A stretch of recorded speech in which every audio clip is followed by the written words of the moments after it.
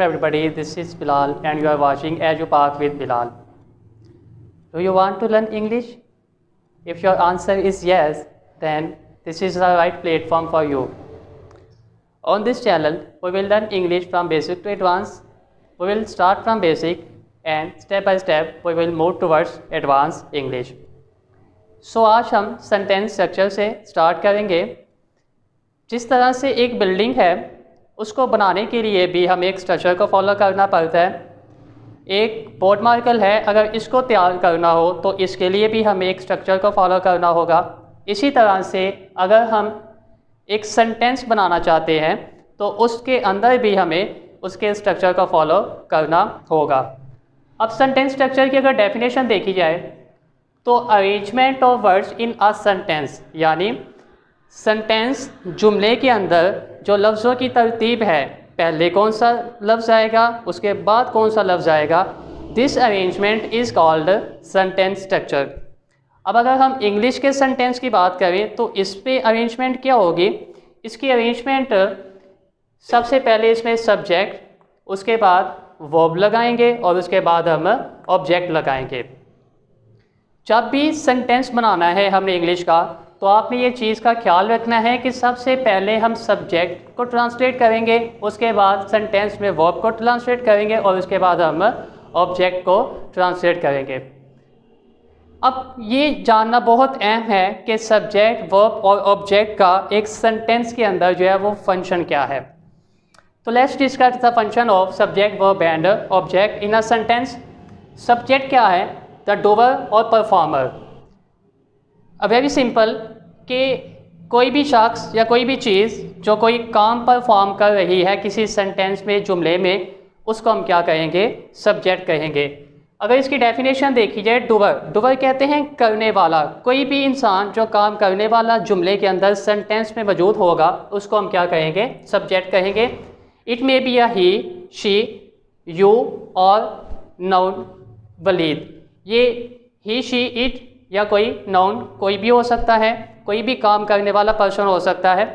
उसके बाद सेकंड पे है वर्ब। वर्ब जो है ये एक्शन है, यानी सेंटेंस के अंदर जो आपने काम करना है, जो एक्शन परफॉर्म हो रहा है, उसको हम क्या कहेंगे?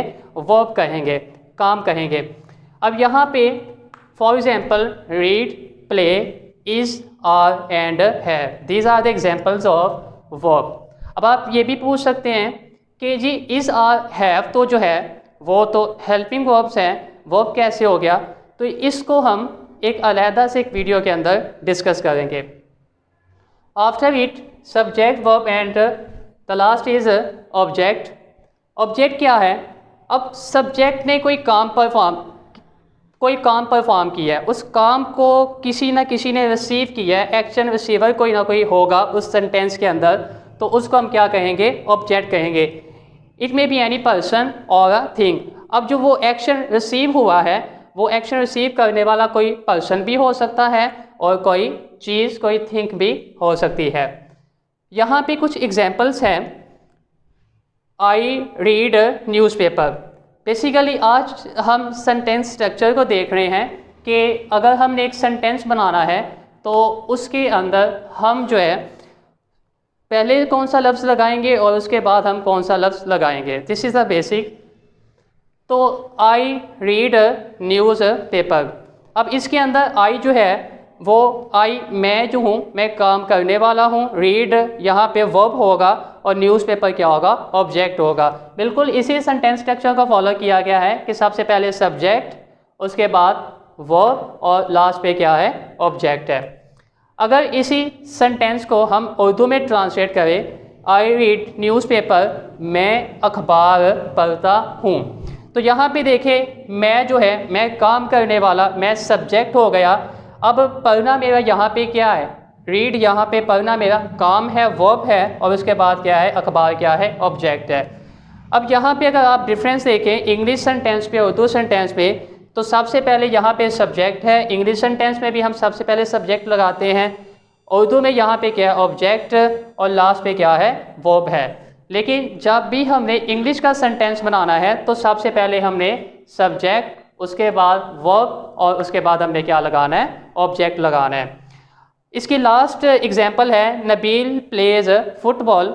अब यहाँ पे एक्शन परफॉर्मर हमने कहा कि सब्जेक्ट जो है वो कोई एक्शन परफॉर्मर, कोई डूबर होगा।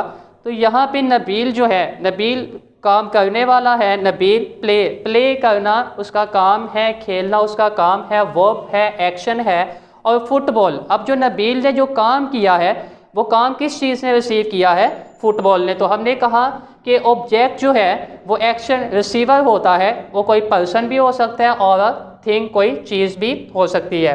अगर इसी फिक्रे को उर्दू में देखें, नबील फुटबॉल खेलता है, तो यहाँ पे देखें नबील सब्जेक्ट है, फुटबॉल यहाँ पे एक्शन रिसीव का होगा, ऑब्जेक्ट होगा, और खेलना उसका यहाँ पे क्या है, काम है, वर्ब है। लेकिन हमने जो है अपना जो सेंटेंस स्ट्रक्चर फॉलो करना है वो हमने इंग्लिश वाला रखना है, यानी सब्जेक्ट पहले, वर्ब और उसके बाद ऑब्जेक्ट। अब इसमें जो एक और मेन चीज़ है कि हमने जो वर्ब है, किसी भी सेंटेंस के अंदर हमने वर्ब की कौन सी फॉर्म लगानी है, फर्स्ट लगानी है, सेकंड लगानी है, या फिर थर्ड लगानी है, या फर्स्ट फॉर्म के साथ आईएनजी का इजाफा करना है, जिसको हम प्रेजेंट पार्टिसिपल भी कहते हैं।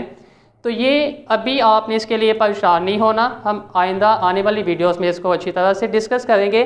आज जो है वो आज हमने ये देखना है कि सेंटेंस बनाएंगे हम किस तरह से, पहले कौन सा लफ्ज़ लगाना है, उसके बाद कौन सा लगाना है, और उसके बाद कौन सा लगाना है।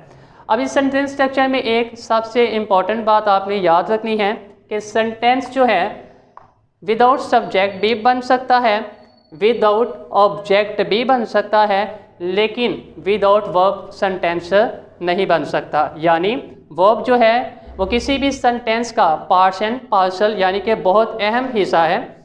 तो हमारा जो मेन फोकस होगा वो वर्ब्स की फॉर्म्स के ऊपर होगा। This is all what I have today. Next video के अंदर हम ये देखेंगे कि अगर हमने किसी सेंटेंस के अंदर हेल्पिंग वर्ब का इस्तेमाल करना है या फिर किसी नॉट का इस्तेमाल करना है तो वो हम किस जगह पे लगाएंगे।